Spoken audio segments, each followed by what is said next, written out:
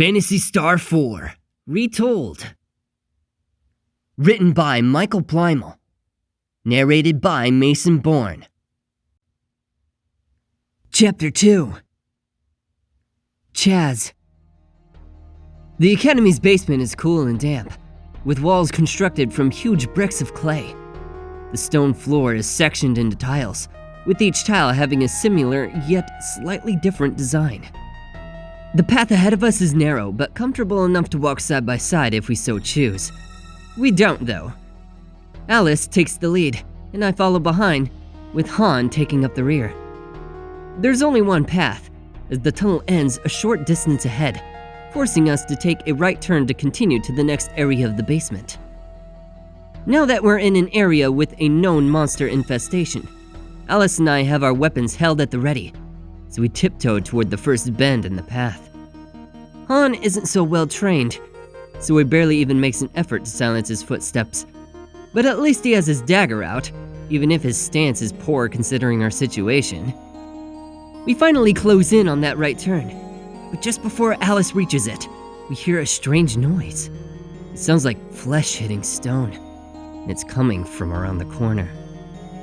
That noise picks up speed and grows more distant, so Alice leaps into the new passageway and throws her slicer. The distinctive whirl of the weapon fills the tunnel, just as I step into the path beside Alice. However, "It got away," Alice says. "What was it?" I ask. "I barely caught a glimpse of it, but it looked like..."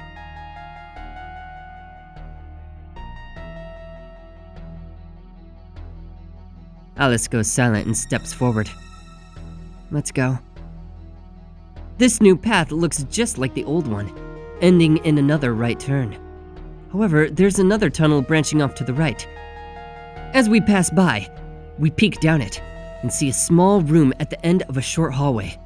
Sitting within that room is a treasure chest, Alice says, stepping toward it. "All right," I say with a smile. "Finding loot during a mission is always fun." What do you mean exactly?" Han asks as we step up to that chest. "Of course, I mean it's fun to see what's inside. It could be anything." Han looks at the red and gold chest with a strange expression. Alice doesn't hesitate. She takes the lid and lifts, revealing the contents inside. Just a monomate. She brings her hand up, holding the basic healing potion. Well, they can't all be winners. Maybe the next one will have a million Meseta.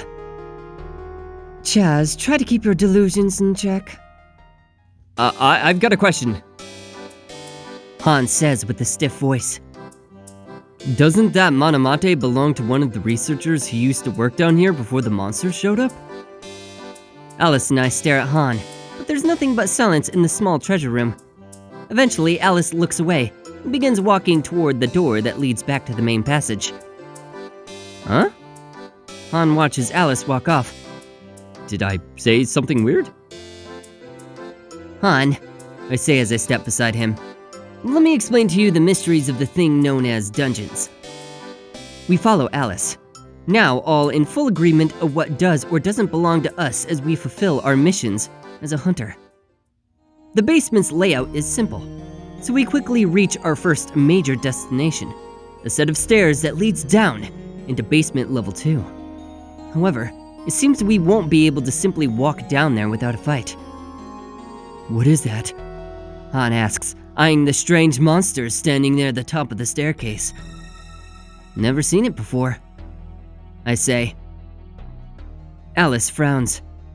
"I was right then." "Do you know what it is?" "It's my first time seeing it, but it matches the description of a new breed of monster that appeared recently. How odd that they would be here." The creature is mostly made up of its massive head, which pulsates at a constant rate. The body is held up by two thin legs, between which droop a pair of tentacles. Always a girl of decisive action, Alice throws her slicer at the unaware monsters. There are 5 of them, but slicers excel at taking down multiple opponents, so I'm not surprised to see several hit the ground as soon as the slicer reaches their group. However, there's a limit to the weapon's killing potential. With each monster hit, the damage sustained by the next will be lower. At a certain point, the amount of damage will be too low to be a death blow. When that happens, it's best to call it back to throw again and regain its full power. With Alice's current strength compared to the monsters, it seems 4 is her limit. The 5th creature took some good damage, but it wasn't enough to put it on the ground instantly. If only I had my second slicer. Alice catches her weapon on its return. On her previous mission, one of Alice's slicers broke. She already has a master craftsman making her a replacement, but in the meantime, she went to a local shop to pick up another.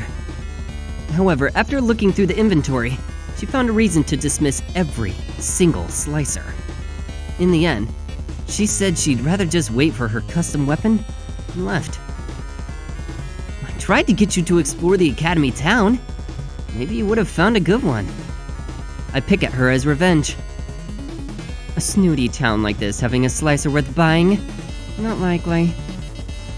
The final monster rushes toward us, so I step forward to meet it. Do you always have such high expectations for everything?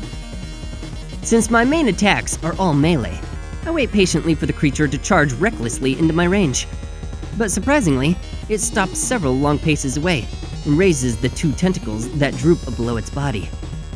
It points the spindly, twig-like appendages at me and releases a spray of liquid in my direction. The sudden ranged attack catches me off guard, but I manage to cover my surprise with a smooth dodge. I step forward at the same time and stick one of my daggers into the creature's strangely large and squishy head. It dies immediately, and I clean my weapon before sheathing it. Next time, be prepared for ranged attacks when facing unknown monsters. Alice sees straight through my attempt to hide the fact that I was caught off guard. What are these things?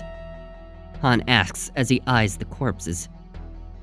Just another monster. Come on, let's keep moving. Once again, Alice leads us down another flight of stairs and into the unknown below.